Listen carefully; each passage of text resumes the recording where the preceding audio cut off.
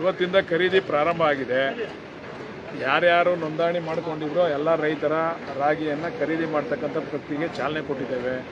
ಭವಿಷ್ಯ ಇದು ನಿರಂತರವಾಗಿ 3 ತಿಂಗಳುಗಳ ಕಾಲ ಆಗ್ತದೆ ಅಂತಕ್ಕಂಥದ್ದನ್ನು ಅಧಿಕಾರಿಗಳು ನಮಗೆ ಮಾಹಿತಿ ಕೊಟ್ಟಿದ್ದಾರೆ.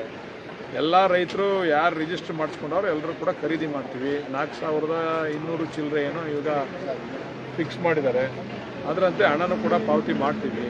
ನಾನು ಮನವಿ ಮಾಡೋದೇನೆಂದರೆ ರೈತರಿಗೆ ಒಳ್ಳೆ ರಾಗಿನ ಕೊಟ್ಟು ಇದನ್ನು ತಿಂತಕ್ಕಂಥವ್ರು ನಮ್ಮ ಅಣ್ಣ ತಮ್ಮದಿರೇನೆ ಅದಕ್ಕೆ ಒಳ್ಳೆ ರಾಗಿ ತಂದುಕೊಡಿ ಅಂತೇಳಿ.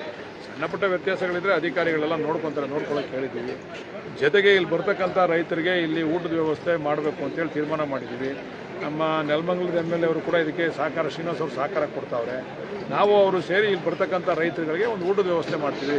ಬೆಳಗ್ಗೆ ತಿಂಡಿ, ಮಧ್ಯಾಹ್ನ ಊಟ, ರಾತ್ರಿ ಊಟದ ವ್ಯವಸ್ಥೆ ಮಾಡ್ತೀವಿ.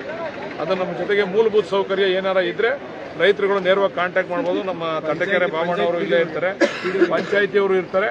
ಇಲ್ಲಿ ರೀಸರ್ಚ್ ಮಾಡಲಿಕ್ಕೆ ಮತ್ತೊಂದಕ್ಕೆ ಏನಾರ ಸಮಸ್ಯೆ ಆದರೆ ಅದಕ್ಕೆ ವ್ಯವಸ್ಥೆ ಮಾಡಲಿಕ್ಕೆ ಹೇಳ್ತೀನಿ, ನಾನು ಅದನ್ನು ಮಾಡ್ಕೊಡ್ತೀನಿ. ನೋಡಿ, ಇವತ್ತು ಪ್ರೊಕ್ಯೂರ್ ಮಾಡಿದಂಥ ರಾಗಿ ನಾಳೆ ಸಾಯಂಕಾಲ ಡಿಸ್ಪ್ಯಾಚ್ ಆಯ್ತದೆ. ಇಲ್ಲೇ ಸ್ಟೋರ್ ಮಾಡೋಂಗಿದ್ರೆ ನಾವು ಅದನ್ನು ಮಾಡ್ಬೋದಾಗಿತ್ತು, ಒಂದು ಗೋಡನ್ ಮಾಡ್ಬೋದಾಗಿತ್ತು. ಗೋಡನ್ ಇಲ್ಲಿಂದ ತೆಗೆದುಕೊಂಡೋಗಿ APMC ಮಾರ್ಕೆಟ್ಗೆ ಹಾಕ್ತಾರೆ, ಬೆಂಗಳೂರು APMC ಮಾರ್ಕೆಟ್ಗೆ ಕಳಿಸ್ತಾರೆ. ಅದರಿಂದ ಗೋಡನ್ನ ಅವಶ್ಯಕತೆ ಇಲ್ಲ ಅಂತ ಅಧಿಕಾರಿಗಳು ನಮ್ಗೆ ಹೇಳಿದ್ರು.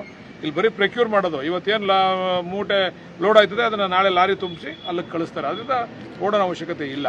ಇನ್ನೊಂದೇನಂತಂದರೆ ನಾನು ಮಾಗಡಿ ಭಾಗದಲ್ಲಿ ಆ ಭಾಗದಲ್ಲಿ ಒಂದು ತೆಗೆಯೋದಕ್ಕೆ ಅವಕಾಶ ಕೇಳಿದ್ದೀನಿ. ಅಧಿಕಾರಿಗಳ ಹತ್ರ ಚರ್ಚೆ ಮಾಡಿ ಹೇಳ್ತೀವಿ ಅಂತ ಹೇಳಿದ್ದಾರೆ. ಸಿಬ್ಬಂದಿ ಕಡಿಮೆ ಇರೋದ್ರಿಂದ 2 ಕಡೆ ಮ್ಯಾನೇಜ್ ಮಾಡೋಕ್ಕಾಗಲ್ಲ ಅಂತ ಹೇಳಿದ್ದಾರೆ. ಅದ್ರ ಬಗ್ಗೆ ಒಂದು ಪ್ರಯತ್ನ ಮಾಡ್ತೀವಿ.